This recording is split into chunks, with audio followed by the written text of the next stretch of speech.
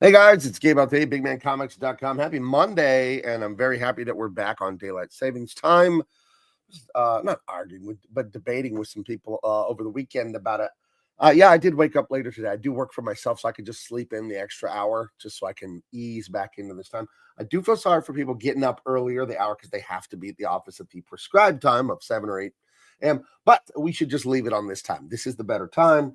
There are weird people out there that want the extra light in the morning. It's just blah, blah. It's so lame. These are the kind of people that they build their entire personality around. I wake up at 5 a.m. every day, so I'm better than all of you. It's like, yeah, and then you're a complete dud at 7 p.m. Can't hang out, can't go to dinner, can't do anything. We need the light at the end of the day, and I'll tell you why. Because that's when the work day's over. Even though I'm self-employed, I work first thing in the day, and then I quit work, like at dinner time or whatever. And then that's my time. That's family time. That's run errands, but that's go out to dinner, go somewhere nice, go for a good walk, and just do the fun, loving, kind stuff that's going to build those memories. And I don't want the sun setting at 4:55. No, thank you. No. So more daylight later. It's weird that people argue the other way, but most polling shows that people prefer this time, and they should just leave it here forever. And the people that need their light at 5 a.m. so they can go jogging, go back to bed. You shouldn't be jogging at 5 a.m. like a psychopath, okay? Freaking weird. Anyway, we are working on the Unstoppable Tyrus here. I'll show you a little bit more what I got done. This book is look at all these gorgeous pages of the Unstoppable Tyrus right here. Look at this. Beautiful, right? This is my work here. I started this one the other day when we were on stream. Look at these ink lines. How beautiful. I love that zigzag thing that I'm doing right there. That's a new technique I've just learned in the last week. I've wondered about it since I was like 13. I saw the great Scott Williams doing it all the time with Jim Lee on X-Men and stuff. And I figured it out finally, the mechanics of the push-pull swipe thing that you're doing there to do it in one move instead of doing it in two separate moves. It's funny. I'm 46 years old. I've been, drawing since I was probably about 2-3 years old. I've always been drawing. Whenever they gave me crayons, whenever I was little, just loved to draw. And yeah, it's a great fight scene here. A lot of fun. And we'll explain why he's fighting statues of mana beasts that have come to life in an ancient temple. Yeah, we'll explain that. Also, this lettering is done by me. This is hand lettering here. Most of the lettering will be done in Adobe Illustrator. It will be regular digital lettering, but sometimes we call for a nice lettered piece that's in here. And I keep all that on separate layers for coloring. You see, so this is going to make it easier to color stuff. We got the panel borders, we got the actual drawing itself, then we have those gray tones there, and then we got the sound effects that are written in there so they can be colored by themselves. Antonio 707 is here. We've been seeing you a lot lately, but I think you came over from Jericho's channel. Is that correct? And but yeah, I got a lot of great work done this weekend. And again, here's that thing about the panel. Those motion lines. See, I put them on a separate layer so they can get colored. They won't stay black. They'll end up as a lighter color. You know what I mean? And again, those gray tones that we're using to render the shape of the figure, that's on a whole other layer too. That just helps the colorist along. I did so much coloring in my career for DC and Marvel, IDW, Dark Horse, everybody, that when I'm going to work digitally, I'm going to set the page up with different layers for the colorist to have a little bit more of an advantage to speed things up for them. You know what I mean? So that's just something that I think of to make sure it's as smooth as possible for them. So, but what's everyone up to today? It's a Monday. The weeks sure do go by fast, It's a crazy thing. I had a very good day yesterday. It was my daughter's 28th birthday. Got her some nice stuff. Went to a great dinner. Only in San Diego. We had dinner on the water, this Mexican place called Miguel's. There's a few of them in town. I think it's a chain out here in California, but it's kind of upscale, kind of stuff like that. Is that Panther on steroids? Whatever it is, it's super cool. It's a superheroic, magical, mythical beast. You'll see this isn't just like, superheroes, the Tyrus book. There's like ancient lore and ancient Atlantean legends and the prophecy fulfilled. And there's a lot of wild stuff I came up with when I wrote this. It's all my influences as a kid. Speaking of influences as a kid, you know what I saw last night for the first time that everyone is shocked that I haven't seen it, was The Princess Bride. That is the movie Jericho and I will be doing on Wednesday night on Double Impact. We're not doing a piece of crap movie like we have been lately. We've been doing some really bad movies lately. We're doing a good movie. I thought it was fine. I didn't love it. I didn't hate it. I didn't think it was bad at all, but it was just fine. There was one plot point that really bothered me, and I got online and asked Grok, the artificial intelligence that Twitter gives you for free when you have a Twitter account. I asked it about this plot point that made no sense, and it agreed with me that there's never been a good explanation for it. But yeah, I thought the Princess Bride was fine. It was, my wife said before we watched it, because she'd seen it a bunch growing up, and her siblings liked it. She said maybe this is the kind of movie you had to have seen it young to really love it, and I think that's true. I thought it was fine. I'm not going to say one thing I didn't like. I'll just say it. I'm always trying to be honest with you guys. I didn't think the princess was pretty enough, and that's that Robin Wright, who I think is a pretty lady, but I don't know. I didn't think she was pretty enough to be the princess that this whole thing is about. So, I mean, it's the Princess Bride, and it's this love story, and he's gonna do everything he can to get her back. And I thought she was just okay looking. I don't know. I just didn't think she was that pretty. Not my type. She has squinty eyes, which I'm not saying are ugly. That's just not what I prefer. That really, to me, that's a turnoff. I don't like squinty eyes. Some people don't mind it, but to me, that's no. I like big Bambi eyes. Not googly eyes, not crazy eyes, but just big eyes, I think, are very attractive. And, the squinty eyes have always been off-putting to me. I don't know why. Who knows where our preferences come from. But I thought The Princess Bride was fine. I'd give it a passing grade. Nothing great, nothing legendary. Would I watch it again? If it came up and someone wanted to watch it, I suppose I'd watch it. But I just thought it was okay. So...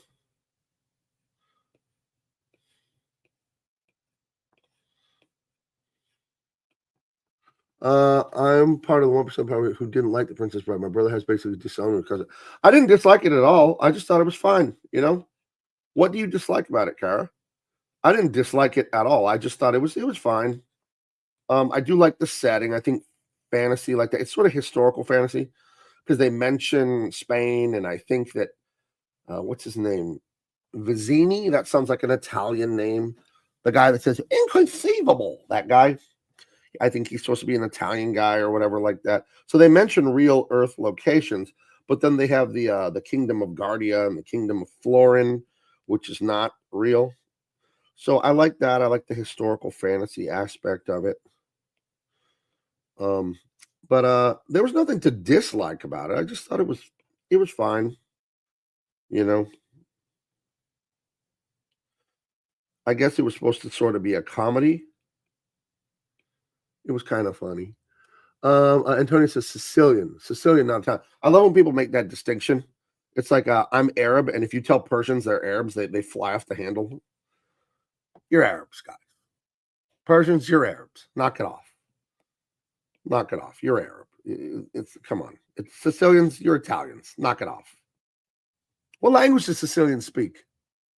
Right. But yeah, that reminds me of I'm not Arab, I'm Persian. Okay, calm down.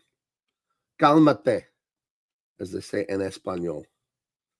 But yeah, I thought it was fine. It'll be fun to review. It's a good movie. It's just whatever. He identified Sicilian though. We can't question it. Okay. He identified as yeah. What were his pronouns while he was busy identifying, right? Lee. I was at the Air and Space Museum last week here in San Diego because they have this great Leonardo da Vinci exhibit.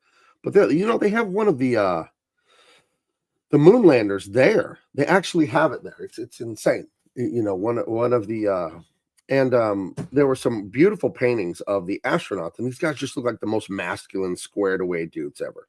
I mean, you can imagine what these guys are like on the forefront of space exploration back in the 60s.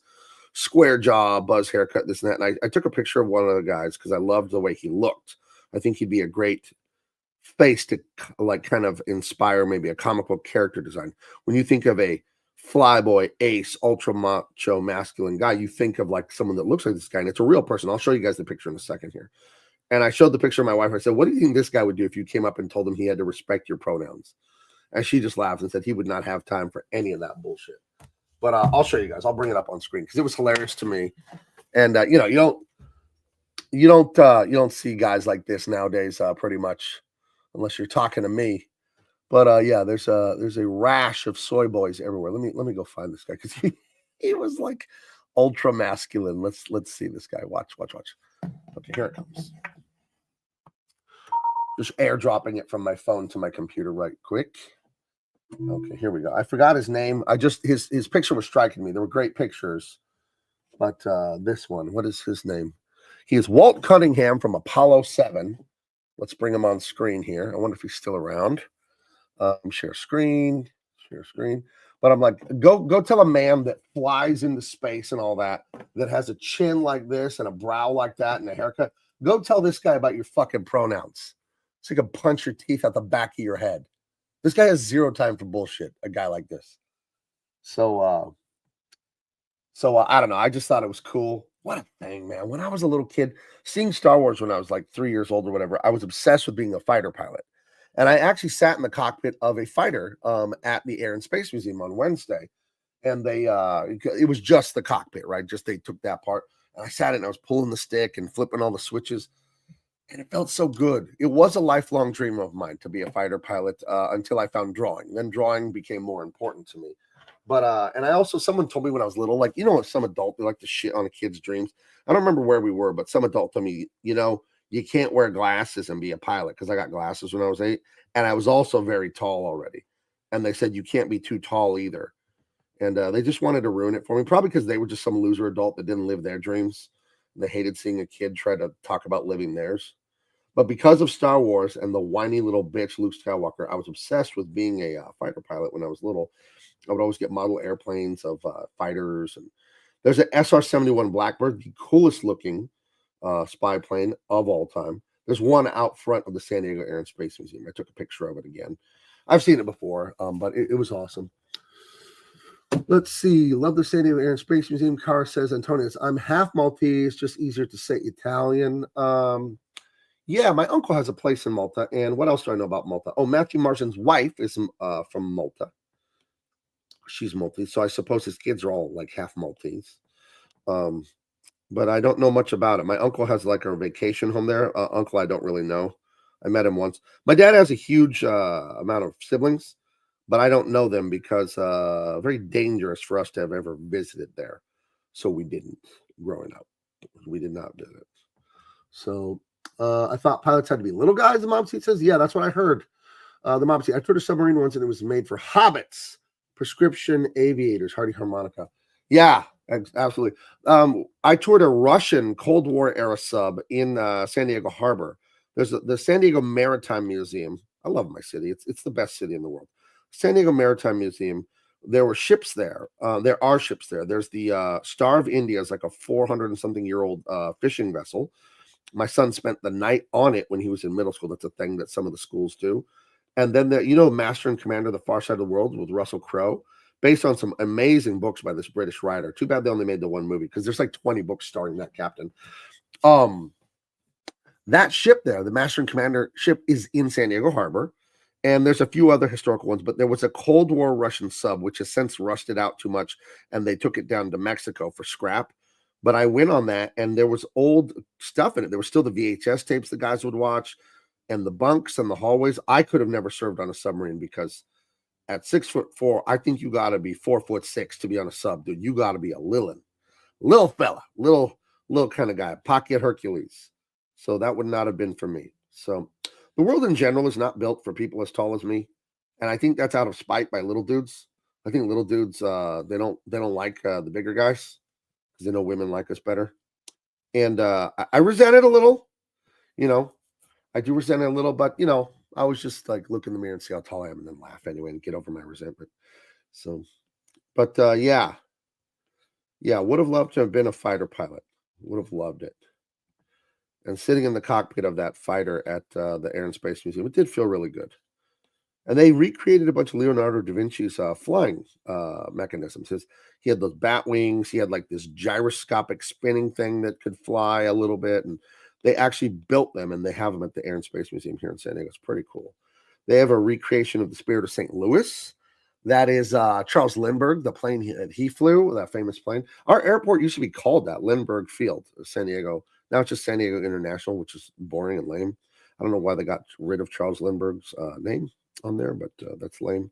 And there was a huge, like 50-foot tall mural of him on the side of the airport, and they cut it off. And now it's in a country town about 30 miles north of the airport called Ramona, which is real, like kind of more country kind of culture up there. And it's just on the side of a building up there, the giant Charles Lindbergh mural. So, but yeah, would have definitely loved it to have been a fighter pilot. That would have been awesome. So, but then that means I would have been in the global war on terror because I'm the right age. I'm 46. So I would have been in my early 20s when all that kicked off in the early 2000s. So I would have been all over there. That's oof. So, but if you guys are coming in late and wondering what I'm talking about this guy right here. Oh, let's make him bigger. At the Air and Space Museum, I saw this guy's portrait. I thought he looked great, like a superhero. Like, look at the chin on this guy, right? Ridiculous. And I told my wife, imagine telling this guy you had to respect your pronouns. This dude's brave as hell, flying into space, iron chin. He would just kick your ass. He would just kick your ass if you tried to come to him with purple hair and tell him that you were going to resist Trump and all this stuff. He would just give you what you deserved for that. To be a tomb guard at Arlington, you have to be between 5'10" and 6'4". For me, at 5'8", for me, and 5'8" to 6'2" for women. Oh, how interesting! I didn't know that. That's a tall woman, 5'8" to 6'2". My friend and I have had a running joke since college. In the not Big Lebowski. What is it? What is the Deuce Bigelow, Male Gigolo with Rob Schneider? There's I don't remember the plot because I saw the movie like 20 years ago, but there's like a big woman, like 6'6", and they never show her face. That's how tall she is. It's always off camera. And there's a court case. I don't remember what's going on in the movie because I really don't remember the plot. And but someone yells out from the gallery in the court, "That's a tall bitch!"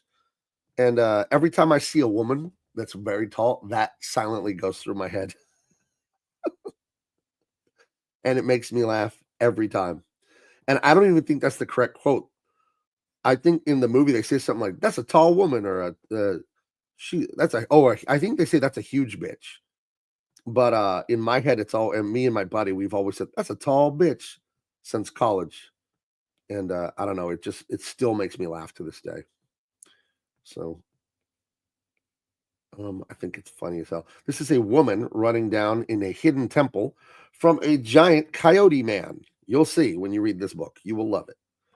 Half man, half coyote, all badass. But she's trying to get away.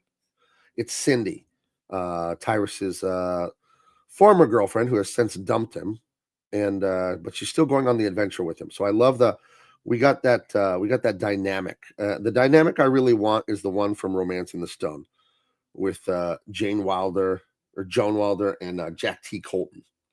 I want that kind of dynamic. I love that male female push pull, Han Solo, Princess Leia, all that stuff. I think when Princess Leia is trying to fix some of the electronics in the movie The Empire Strikes Back on the Millennium Falcon, and Han Solo comes in and he's like making moves on her and getting close, and he's going in to kiss, and she's like, "What are you doing?"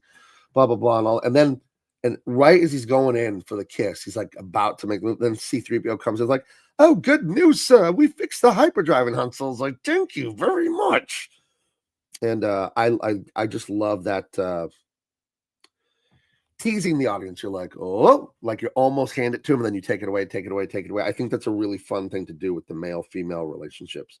So, I write that into a lot of what I do. It's I think people, because it's that will they, won't they thing. I think people find that so interesting because it's tension release emotionally, and people seem to like that a ton.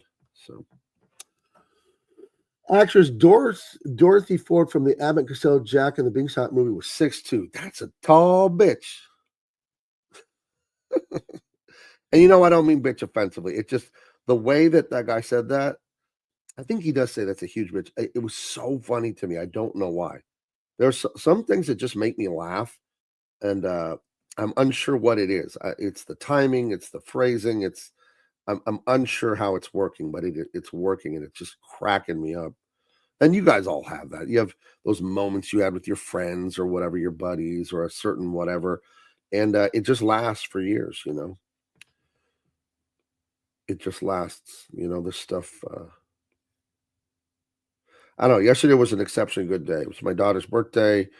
Went around, took my granddaughter to the ocean, and we went out for this great dinner right on the water. Um, there's a restaurant called Miguel's, and it's right next to the Maritime Museum I was talking about. It's right next to the submarine that I went on, and the master and the commander ship. It's right next to the 400 or 500 year old fishing vessel, the Star of India. And but Miguel's is this great place, and we sat right on the edge of the. They have like a patio that goes out that has a glass that's like 6 feet tall, and then it's open to the air. But then there's a roof, to a little awning, and sat there. And my son, who made the reservations, is a smart guy. He got on the internet and looked up something simple. He looked up when is the sun setting, so we'd be there. Our reservation right as the sun set. So it was very nice, and it doesn't hurt that the food was good too. So, but it was just you can't get this anywhere else. This is a Southern California thing. You cannot get that background behind you. Spaceballs, one of the best comedies. I liked Spaceballs. I saw Spaceballs when I was whenever it came out. So, I must have been in third or fourth grade when Spaceballs came out. Use the Schwartz. Yeah, I think Mel Brooks might have my favorite comedy of all time. I think I take that back. My favorite comedy of all time is probably the Blues Brothers, but my second favorite one of all time is probably Young Frankenstein. And I don't like dirty comedies. I don't like all the sexual jokes that there are in so many. That's why I don't watch a lot of comedies because they mostly just devolve into X-rated perversion for jokes. I like silly comedies. They're just ridiculous, just ridiculous stuff. So, and it's because that's what I watched as a kid. Like it's appropriate for children to watch mostly. So that's what I was allowed to watch. So I've always have a real distaste for filthy comedies. That's why I always say Deadpool's my most hated movie, basically. Even though my most hated movie now is Madam Web. But I thought Spaceballs was fine. They didn't do too many dirty jokes. Excuse me. The sunset on California 40 years ago. Thanks. I'll be here all weekend. Huh? That's the thing people who don't live here don't understand. This is still, for the flaws that you see, it's still the best place to live in America. You're not going to find a better place to live. It's just the weather matters that much to all of us. It really does. It's a quality of life issue. When you guys are out there freezing your butts off, it's 70 degrees here in February. 70, blue skies, like spring weather, middle of your winter. That matters so much. It's ridiculous. And it does because you guys are miserable. You're scraping ice off your windshield, driving to work. And it isn't just the weather either. It's the opportunity. There's still plenty of opportunity here. Any place that's ultra competitive is going to have a lot of poverty, but it's also going to have a lot of success. And a place like California is a very competitive place. But, that's high risk, high reward, right? Nothing ventured, nothing gained. So I would say that California has the same reputation with Americans that America has with citizens from the rest of the world. People are like, oh, Americans are fat and stupid and America sucks and this, that, and the other. Yet they all want to come here. And California's the same way. People hate us because they ain't us, And is there stupid, liberal, whatever? Yeah, dude, it's two pockets. It's the Bay Area and LA. The rest of the state is amazing. And even when you go to LA and San Francisco, they don't dye your hair purple and assign you a name tag with pronouns. Like you can just go there and be normal. Remember, the negative is focused on, like, are there stupid governmental things here? Yeah, there's a lot stupider in Colorado that I've been seeing. There's a lot stupider in Oregon. It's you're not going to beat this place. You're just not going to. It's the best place to live. Sorry. If you're from somewhere else, I'm sorry. You just don't have the weather. Anything you think you have in another state, we have it here better. You're like, oh, we got mountains. We got better mountains. We got skiing. We got skiing. You want deserts. You want ocean. Forests. Anything you want, we have it, and it's the best. There's a reason that over 10% of Americans live here, right? If America's 340 million plus illegals, 40 million plus illegals live here. Like there's like over 12% of people choose to live here, right? And there's a reason for that. So, but I never take it personally or anything. I know that people talk about California the exact same way Europeans and other people talk about America. It's a mirror image. It's a little bit of jealousy, the cool kid. You want to make fun of the cool kid to feel better. Is how it looks to me. I could be wrong about that, but that's what it looks like to me. So, but I love my home. I'm very passionate about it here, and they're not chasing me off. I will stay, and I will make it better. So, and there's charm anywhere you live, right? Home is where the heart is, all that stuff. Home is where you make it. But don't believe what you hear about California. Again, there's a reason like 12% of Americans live here. We're not all stupid. It's great living here if you can afford it. If you can't, I'm sure. And when I couldn't afford it 20 something years ago, I left. See, I lived here from 1986 until 1999. And I was young, working construction. My wife was waiting tables, and we could not afford to live here. It sucked. But instead of bitching and complaining, saying California needs to change and they need to lower the prices and blah, blah, blah. And I left. I went to Colorado, where it was much cheaper. I had a way better opportunity and worked on myself, my life, my career. I got a college degree. We were there for 8 years. And then Jim Lee came calling, hired me at Warner Brothers, and we came back here because the job was here. And I think it's just such a blessing from God that like the job for Jim Lee was in our basically hometown. My wife's hometown. She was actually born here, but I grew up here, and we got to come home after 8 years in Colorado. And we were planning on staying in Colorado because I don't believe in entitlement and like, well, I want to live in California, so they need to change the economy there to suit me. It's like, no, if I want to live there, I need to be able to afford it. That's one of those things that the left always gets wrong. They're like, oh, you got to bring prices down and do this, that, and the other. It's like, no, I got to bring my income up. I can't expect the world to revolve around me. I need to change. Let's see. Your ocean requires a wetsuit. Hold on. The snow makes the area look like a real life postcard, better than copy and paste weather. Mom, see, we have snow here. I can drive 30 minutes from my house, and there's Palomar Mountain over like 6, 7, 8,000 foot elevation, and there's snowball. Like I'm telling you, California has every flavor. You want the hottest desert in the world, Death Valley. You want the highest mountain, it's Mount Whittier. It's in California. Everything is here. That's the thing. You think it's all San Diego, and you wouldn't mind San Diego either. It's 65 to 75 year round. It's beautiful. Nate Webb, good friend, co-creator of the Empyrean comic book. They'll be coming soon, very soon. 35% of life in cold states and high altitude states is fighting your environment. It takes about 35% of your daily life. It sucks. The snow is nice to look at, but I like it the way it is here. If I want snow in California, I can drive to it and then be back in the sun, 70 degrees that afternoon. It's like I can have snow on tap the way I want it. You know what I mean? Yes, in Colorado, it's insane. Yeah, I feel like all the worst far left liberals from California and Oregon and Washington moved to Colorado because it is gorgeous. Colorado is probably one of the most beautiful states in the world. The environment there, the trees, the mountains, it's just a stunning place. And I think all the worst people from here have moved there, and they are voting like communist Russia. The laws there are outpacing like what you stereotypically think would be going on in California. When you see the latest law passed in Colorado, you think they're talking about Portland or the Bay Area, and like, no, it's Colorado's been destroyed by far left people. And Colorado was an amazing right-leaning libertarian state for much of its history, and now it couldn't be like the worst far left sanctuary state. It's awful. I'm so sad about it because it is my home state. I was born there. I take pride in that I'm a Coloradan. And hold on.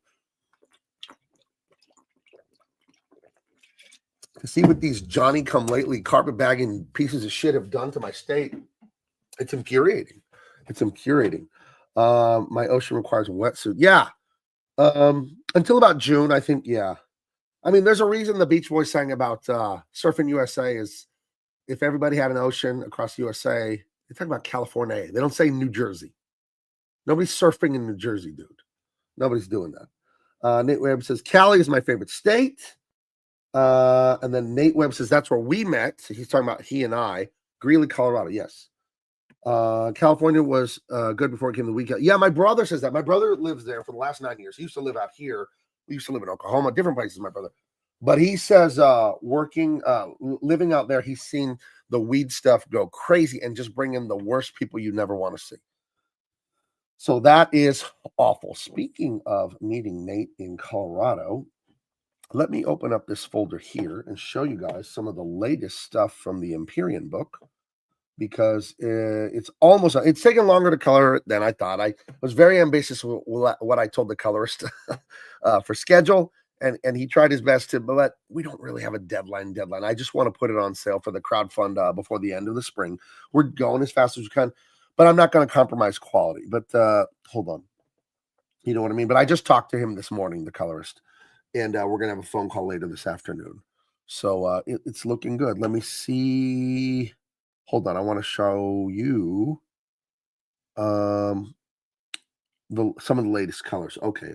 Let's download this. I'm downloading some pages from Dropbox. Let's see.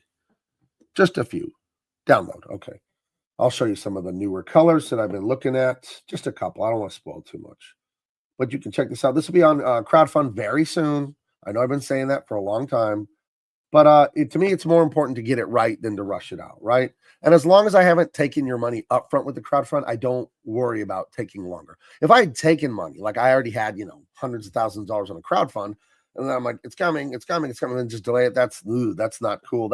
And as an artist, that puts a lot of pressure on you. You feel real bad, and then you want to rush and blah, blah, blah. But I'm not saying anything about what this is about. I'll just show it to you. But it's gorgeous. You're going to love this.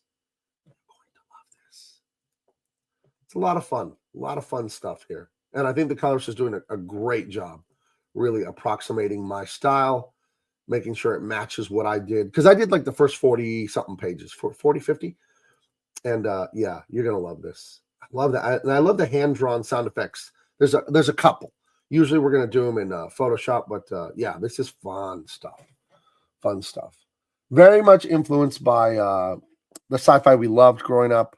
Star Wars is number one for me, but thank you. Looks great. Thank you. I've seen videos of people surfing the Great Lakes. Hey, I saw a video of a guy doing a handstand on a bike. Doesn't mean you should do it. Come to La Jolla once. Kara, you were at Camp Pendleton. You know better. You know this is the best place in the world. It just is. I'm sorry. I will be the unpaid biggest spokesman for San Diego in the world. But I don't want any of you moving here because we don't have like LA's traffic and all of that. You may visit, then you got to skedaddle, go home, because I don't want people moving here, and because I don't want this to turn into the traffic nightmare that is Los Angeles. Los Angeles should be a utopia wonderland, but they have their far left government that they keep voting for and then keep getting mad at when it screws them over. It's like Lucy with the football. These people don't learn in LA. But LA should be a wonderland, and it's a disaster. And one of the biggest problems in LA is the congestion and traffic. They refuse to have a proper solutions to that. They just do. It's horrific. I try to avoid Los Angeles as much as possible because it really you can't get anything done. You can't. Driving a few miles can take half an hour, 45 minutes. If you're like, oh, I'm going to drive from Hollywood to Burbank. I think that's 11 miles, or something like that. Like, it's going to be an hour. It's ridiculous, Los Angeles.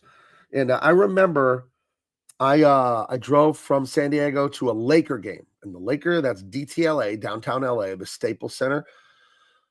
I think it was 4.5 hours. And we're talking like 100 miles, 110 miles, something like that. 4.5 hours. Ridiculous. When you're on the 405 and you're just stuck. You're like paste going through a hose. It's just slow. It's just horrible. S. Williams for $5. Hey, love your stuff. Haven't had much time to watch live stream lately, but just wanted to say hi and keep it up. Thank you. Yeah, it's coming. This Tyrus book is a lot of fun. I was talking to Akeon, the guy that did the pencil layouts on this, and he and I think we've agreed we're going to keep this arrangement where he does the layouts and then I do the finishes and ink. Beyond Tyrus, I think for our next project, which I believe is Dean Cain All-American Lawman Volume 2, he's going to do the pencils and I'm going to do the inks again. And for me, it's a learning course because, I draw very well. I draw enough to be a professional illustrator, but I want to be better. And I believe in mentorship very much. And he's a master illustrator, Akeon. I've praised him incessantly on here. And he really is probably the most brilliant illustrator I've ever worked with. And I've worked with hundreds of artists in my better part of 2 decades as a pro with Marvel and DC and all that. And I always say Marvel first because that's just how it goes. It's like Mickey and Minnie. You always say Mickey first. But 90 7% of my work was for DC. I don't know why I always say Marvel first. For DC and a pinch for Marvel. Not probably, is the best illustrator I've ever worked with. Just because his understanding of what to draw and how to think how to think when you draw is unparalleled. I've never met anyone who understood drawing more than him. It's amazing. So I can show him anything. I can do stuff, different techniques, and he tells me, okay, do this, change this, and it's like it always helps. It always works. So even though I'm 46 years old, I'm still going to art school. You know what I mean? In a metaphorical way, by like getting his mentorship. As I work on his inking his layouts, he's able to give me critique and insight, and then just inking his layouts. I learned just doing it. Like, oh, he did this. I get it. I understand why he did that. So it's like it's really amazing to learn from someone like that. Nate Webb said, we travel for our seasons. When it's cold in Colorado, we split to Florida. And when it gets too hot in Florida, we come back to Colorado. Florida, I was only there for a week. I went to Disney World for my 25th wedding anniversary 3 years ago. And I thought Disney World was great. I was prepared to not like it because this is Southern California. It's like, what's this fake Disneyland over in Florida? What's this all about? And why do people who go there call it Disney? It's like, hey, we're going to Disney. You mean Disney World? No one on the West Coast says Disney. We don't go to Disney. We go to Disneyland. It's like it grates on the ears when I hear someone say, hey, we're going to Disney. Like, I get like that record scratch, like, what do you mean going to Disney? It's like you're going to Disney World. Anyway, I liked my trip to Disney World. I thought it was beautiful. I was prepared to really dislike it out of my bias for favoring where I'm from. But I didn't get much of a view of Florida. We went down to the ocean one day. I don't even remember what ocean what city we went to. I wanted to go to Miami, but then I found out it was like a 3-hour drive from Orlando. So I'm like, we're not going to do that because we had limited days here. We had like 5 days, right? So we didn't go to Miami. We met my wife's best childhood friend who lived out there at the time, no longer lives in Florida. We met up with her and had some lunch and stuff. And I thought it was cool. It did get humid. And now it was mid-November when we were there. So the weather was nice and mild. But one of the days we were at Disney World, it actually got gross and humid. And I was like, oh my gosh, if it's this way in November, I could only imagine July and August. So you can count me out on Florida in the summer, spring. There's no sane person that likes humidity, right? I mean, don't tell me that. You can't. It's horrific, dude. Like they always make that joke about people in Phoenix and Arizona, it's a dry heat. And there's something to that. It is preferable. It's still awful. I don't know how people live in Phoenix either. I went there to visit my mom because she was staying there temporarily with my aunt. And it was 118. And I was going to be there for 3 days. I left after 2, I think a day and a half or 2 days. I said, sorry, Mom, I'm going home to San Diego. Can't deal with this. So, yeah, that was Phoenix. I don't like Phoenix. It's too hot. They say Lake Superior isn't a lake, but rather an inland sea. All right, cool. My only regret is never going to Disneyland when I was out there. Oh, that's sad. I've been to Disneyland many times. Yeah. Gabe, do you think what do you think Klaus Johnson's inks are? I think he made Frank Miller. I think Klaus Johnson is one of the great inkers of all time. I was just thinking about him the other day. I don't even know. I was thinking about work and working myself. Yeah, Klaus Johnson, one of the greats. One of the true greats. I think my inker that I think of the most is just my influences from growing up. Is going to be Scott Williams, Jim Lee's personal inker. And I knew Scott. I would go into his office and ask him questions and show him my art. I remember I was doing the Superman story for DC Comics in 2009 that I was inking, and I would have him critique it for me. And his insights were amazing. If I could give any of you advice about just life and work, just life, seek out excellent mentors, like people you can ask questions to, and steal all of their knowledge. There's a weird pridefulness in our culture where I did it all myself. I reinvented the wheel, blah, blah, blah. That's dumb because it's inefficient. Don't do that. If you can, what I found out? I didn't know this. I've always loved the Beach Boys, but I never bought any of their albums. But I always listened to the oldies station when I was growing up, and I love the Beach Boys. So I bought the greatest hits of the Beach Boys this last weekend, and I watched a bunch of YouTube documentaries while I was working, or listened to them about the history of the Beach Boys. So now I'm a Beach Boys expert. One thing I didn't know, this is the most obvious thing in the world after you hear it, is that Surfin' USA is an exact copy of Little Sweet 16 by Chuck Berry, like the chord progression, the concept of singing about different cities. And people could look down on that, and they're like, no, that's a brilliant way to work. When you see successful people, ask them what they're doing, and short of that, copy what they're doing. Now, I don't mean outright trace their drawing. I don't mean that. I don't mean rip them off, but take their concept and use it as a template. You know what I mean? Because if you listen to Surfing USA and listen to Sweet 16, they sound very similar, but they are distinctly different songs. They are different, but they're very similar. And I think that's a smart thing to do. So when I'm around Scott Williams, a great inker for Jim Lee, or I'm working with Akeon on these books, I'm all questions, man. How do you do this? How do you do that? What do you think of this? Why did I do this? Having trouble with this. What do you think of that? Like, don't be this weird, because the prideful thing is actually insecurity, in my opinion. It's everyone has to know that this is all me. And it's like, dude, nothing is all you. Nothing is all any of us. You live in a culture that is thousands of years old where so much has been done and discovered for you, and that's okay. That's the natural order. That's how this is supposed to work. People before us set it up for us, and guess what we do? We set it up for people coming down the line after us. Like, that's okay. That's exactly how it's supposed to work. Don't get your panties in a bunch. But yeah, there's this weird, arrogant, I did it all myself thing that is really just self-sabotage. So it's dumb. So yes, if you can find people better than you at anything, and you always can. What are you, the best at something in the world? Just because you're really good at something doesn't mean you're the best. So yeah, you should take from everyone that learned before you. Absolutely.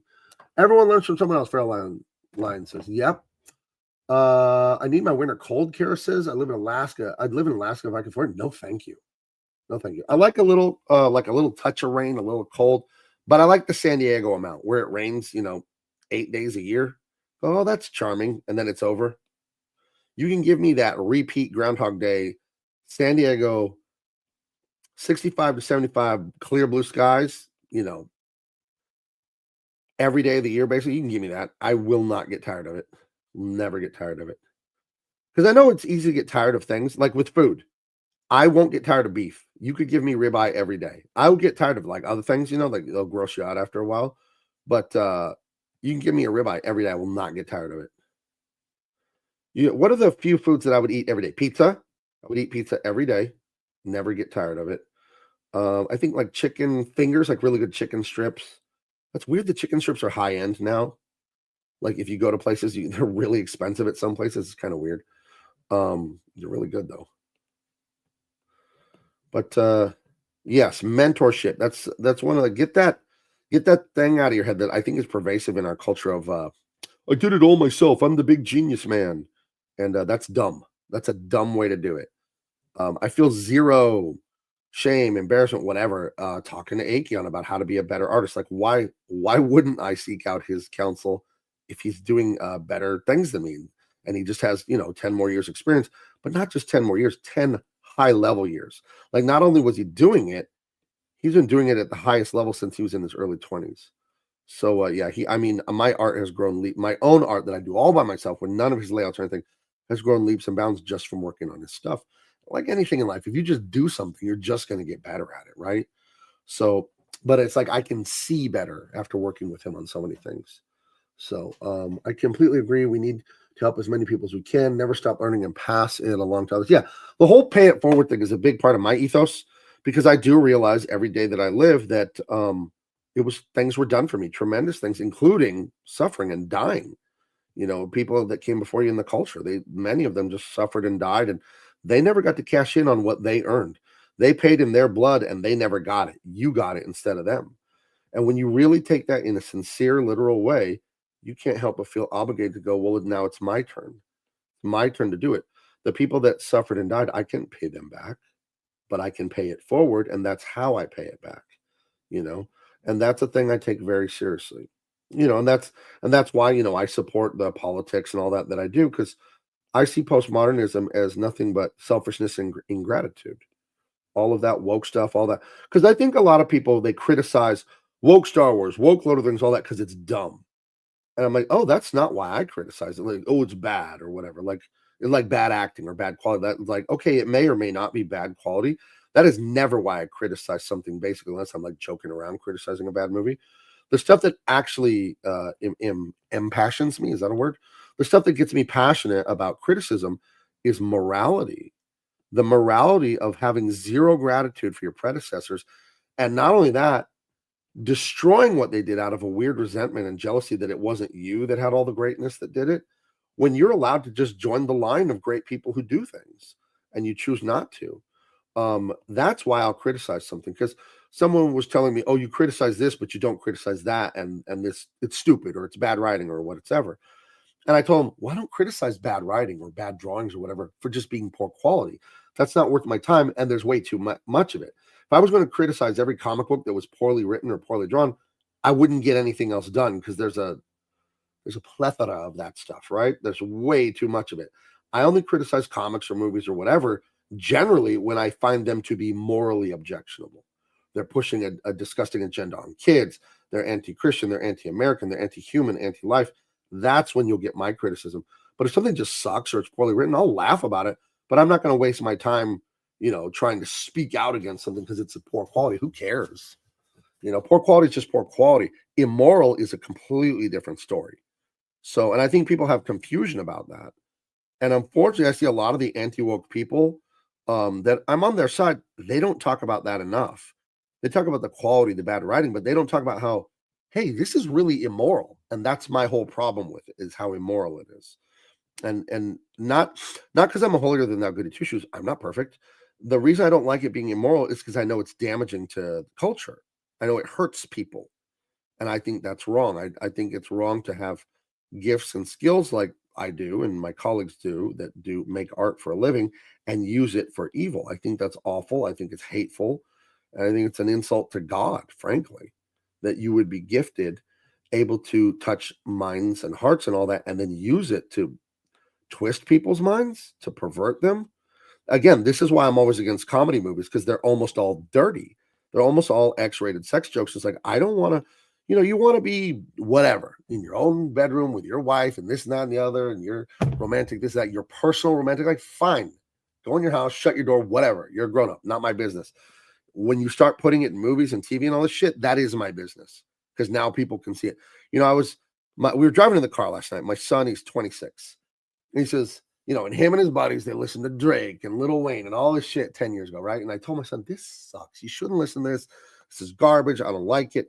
And we were listening to the Beach Boys in the car on the way home from the restaurant last night. His arm's too long. And he told me, like, you used to tell me my music sucks and I disagree. He's all, yeah, you were right again. And the Beach Boys were going, it was like, do you want to dance? Which I think, Don't Worry Baby, Do You Want to Dance? I think those are my favorite songs of theirs. And he's all, you were right again. He's like, this is the best music. I'm right. I'm like, because it's wholesome. But it's also musically, like, is there a bigger musical genius than Brian Wilson? Right. And but it's I was joking, like, with my wife about the lyrics. See, that arm was too long. So I'm just gonna draw it out in space there and scoot it over. Um the lyrics now are like a fucking medical description of sex, you know what I mean? It's just like obscene lyrics. Or you can have, do you want to dance and hold my hand? Do you want to dance underneath the moonlight? Like, yeah, it's innocent, dude. And that's how that should be.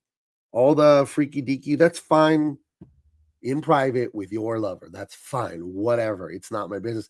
Don't put that on the radio for kids. What in the hell is your problem? Like, real, who thinks that's okay? First of all, all this, I don't even want to say it because I don't want to say that kind of stuff, but it's like, it's so low class and embarrassing. I don't know. I don't know. I just find that so distasteful. And that's my problem with stuff like Deadpool. They're sitting there making a dildo joke in the first 10 minutes of the movie or whatever. And never have I wanted to walk out of a movie more than Deadpool. And people, they try to cope and tell me, oh, it's rated R. It doesn't matter.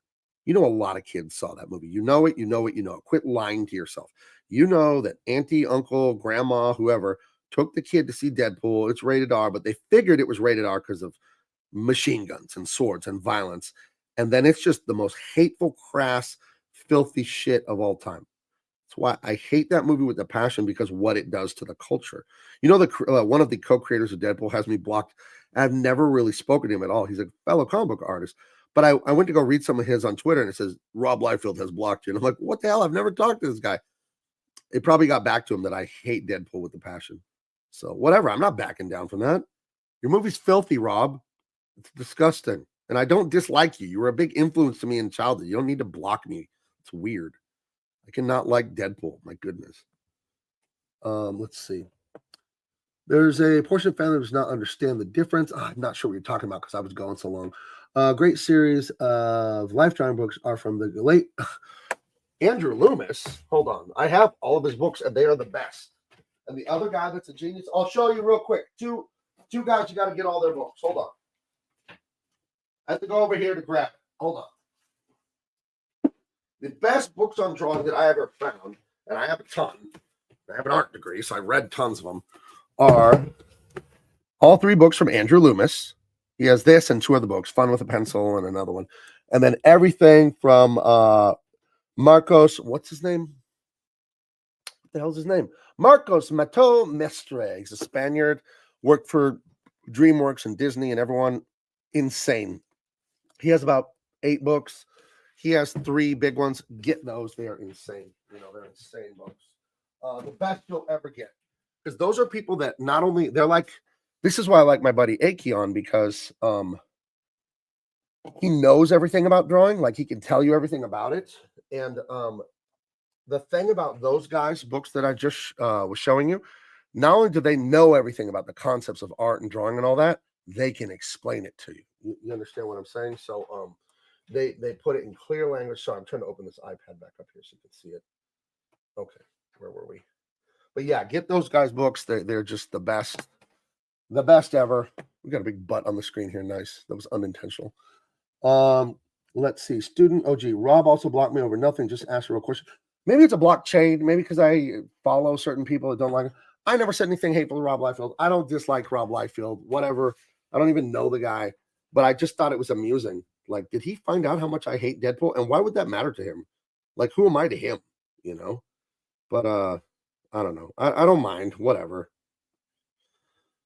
I wasn't going to argue with him about it. People are free to do what they want. I just think if you're showing filth like that, you're not helping anything, So, and that's a firm belief, and it's how I was raised. I was raised, we don't watch worldly music. We don't or listen to worldly music. We don't watch worldly movies and all that. And I thank God for that. My mom was too strict, but I thank God. Because I see how brainwashed, I hate to say this because of how it sounds, but I do think it's true. I hate how brainwashed most people are and how okay with degeneracy and filth most people are. Like, what's the big deal? It's just blah, blah, blah. Like, okay. All right. See if that's good for you. Because ultimately, to me, it's not about judging people. I think I'm not perfect, dude. And I don't think that for a second that I'm perfect. To me, it's not about, oh, I'm mad at you and you're gross and shame on you, like the Westboro Baptist people. Those people that just stand out everywhere and they just hate everyone. To me, it's like, dude, I know how bad this is for you. I can see the effects in your life. If it would be like if I had a friend putting away a handle of vodka every day. I'm mad at you for doing that, and I think you're a piece of shit. I'm worried about you, and I think this is terrible. I think this is very, very bad for you. And that's my whole issue with filth, is that it isn't just funny. It isn't just jokes, bro. It isn't. It's your mental and spiritual well-being. You are going to be what you focus on and think about. It is going to work in your mind. And I don't think it's okay. So and again, not from I'm judging you, you're unclean, you're filthy, repent, you filthy sinner, I'm better than you. I don't think that. I do things wrong and I have to watch it in my own life every day. And I think this stuff is so harmful. Because when you weren't raised in it, there's a saying I always love. And I'll try and tell the story really short. David Foster Wallace is a great writer. He was giving a speech and he was talking about self-awareness. And it was like 2 young fish. Like, imagine 20-year-old guys. They're 20-year-old young guys, but they're fish. They're swimming along, and an old man fish, like 70 years, swimming the opposite direction. As they pass each other, the old man fish goes, "Water's great today, isn't it?" And the young man look at each other and go, "What the hell is water?" Because they've lived in water their whole life. They don't know they're in water. They don't know that they're wet. They don't feel wet because you'd have to feel dry to feel wet. So this is my concept of a lack of self-awareness. So if you were raised listening to worldly music and movies and just filth and all that, you don't realize how bad it is from the outside looking in. The fact that I was not allowed to look at this stuff and all that or listen to it or anything, I can see the difference clearly. But if you were raised in this soup of you watched Married with Children, and like, you don't know how big of a deal that was to me. Like, Married with Children, that's disgusting. It's a highly rated show. Everybody's watching it. You know what I mean? Deadpool is one of the highest grossing movies of all time. Everybody's watching it because they're like, what the hell is water? What do you mean filth? What do you mean dirty jokes? Like, it's fine, it's joke. It's not. People who are raised not with that stuff, we can see clearly how awful that stuff is. It's frankly, it's demonic, to be honest with you. It's poison. Rob is only doing direct to customer for new young bloods from his Whatnot app. I have no idea what's going on there. He's doing indie comics. Good for him, you know. Google worst comic book artist. The number one result was Rob Liefeld. See, I disagree with the Rob Liefeld slander and hate, and I'll tell you why. His impact on comics is undeniable. That's the thing. And I think a lot of nerds sitting around comic stores are jealous and resentful of Rob Liefeld because if you look at his work, does he understand anatomy? Like when he hit it big when he was 18, did he understand anatomy? Like he was so raw, right? And it wasn't great technical work. So I think a lot of comic book nerds sitting around the store that want to be comic artists, they resented like, why is this guy working when, he isn't any better than any of them, right? That's the way they were looking at it. So there's a lot of resentment for him. And it's like, I don't know why he worked and all that, but there is an undeniable energy to his work. You can't deny that. There was an insane energy and enthusiasm. The anatomy was all insanely wrong and stuff and proportion, but there was something about, and I'm not saying he's as good as Jack Kirby. I'm not trying to say that, but Jack Kirby had a similar thing going on where Jack Kirby's anatomy and stuff was atrocious sometimes, just making shit up, but he was making it up in the service of energy. And there's something to be said for that because when you're younger and you're more insecure as an artist, you want to go photorealistic. And the reason you want to do that, heavy detail photorealism, and the reason a lot of artists want to do that is insecurity and to like prove, look how technically proficient and smart I am. I understand and remember all the anatomy, blah, blah, blah. And that's like a big insecurity thing for a lot of artists, myself included when I was younger. And the more confident you become and the more just at ease, you get older, you've been doing this forever. You're not looking to impress anyone. You're just looking to make the art that turns you on, man. You realize I don't need all those details. I don't need all this perfect anatomy. I need it to look cool. It needs to look fun. It needs to be exciting. And most of all, it needs to be what I want. I don't need to draw for the audience ever. I need to draw what I want because art is self-expression. So I need to express myself. And if I'm sitting there going, oh, what do they want to see? What, you know what I mean? Like Marv Levy took the Buffalo Bills to 4 Super Bowls. One of the great coaches of all time. Now, they lost all 4 Super Bowls, but whatever. He's still one of the greatest coaches of all time. And he said, if you listen to the fans long enough, you're going to end up sitting with them in the bleachers. And that is true. I believe in listening to fans and customers in the business sense of you always respect your customer. The customer's always right. But if a fan wants to tell me they have a better idea for the story or they can draw better than me, they're wrong. They are wrong because if they could, they would. Fans know what they like once they see it. They don't know what they like ahead of time. Like they saw that Sonic the Hedgehog art where he looked all weird and they knew they didn't like it. They didn't know how to draw it themselves the better way. They went and got a professional artist to draw it in a different style and the fans saw that and said, yes, that. But if you handed the fans the pencil and said, okay, then you fix Sonic, they wouldn't have been able to do it. So there's nuance there of, yes, fans listen to them and this and that, but they don't know how to do what I do, or they'd be doing it. That's just common sense. You know what I mean? So, let's see. Our art disciplines are our voice and how we communicate, how we perceive the world, have to keep our own unique voice. Absolutely. What sells online, what I realize what sells is authenticity. You don't want someone coming up here saying things they don't mean, being a person they are not, putting on an act, because you'll smell it. Smell it from a mile away. That's why I try to be completely honest with you guys when I'm up here. And if you don't like me or don't like my takes, that's okay. My audience, it'll come. The people that totally dig me, man, the way I am, I have to be that way. I can't be up here making shit up. That's why I like doing those videos. You're like, oh, Dragon Age of Veilguard and this, that, and the other, and like chasing the algorithm. Like I'll comment on stuff where I don't want that there. I'll comment on stuff when I think it matters for the culture. But I'm not a huge gamer, and I'm not against gamers. I don't think it's lame or bad or whatever. I don't have time. As you see, I'm doing this, 70 hours a week. I'm doing this right here. And it looks great, by the way, that you got this fox in the silhouette here, shadow, or coyote, and he's chasing this woman up the stairs of this ancient temple. You're going to love this book. This is so damn good. But, it's already noon, so I need to go in a second here.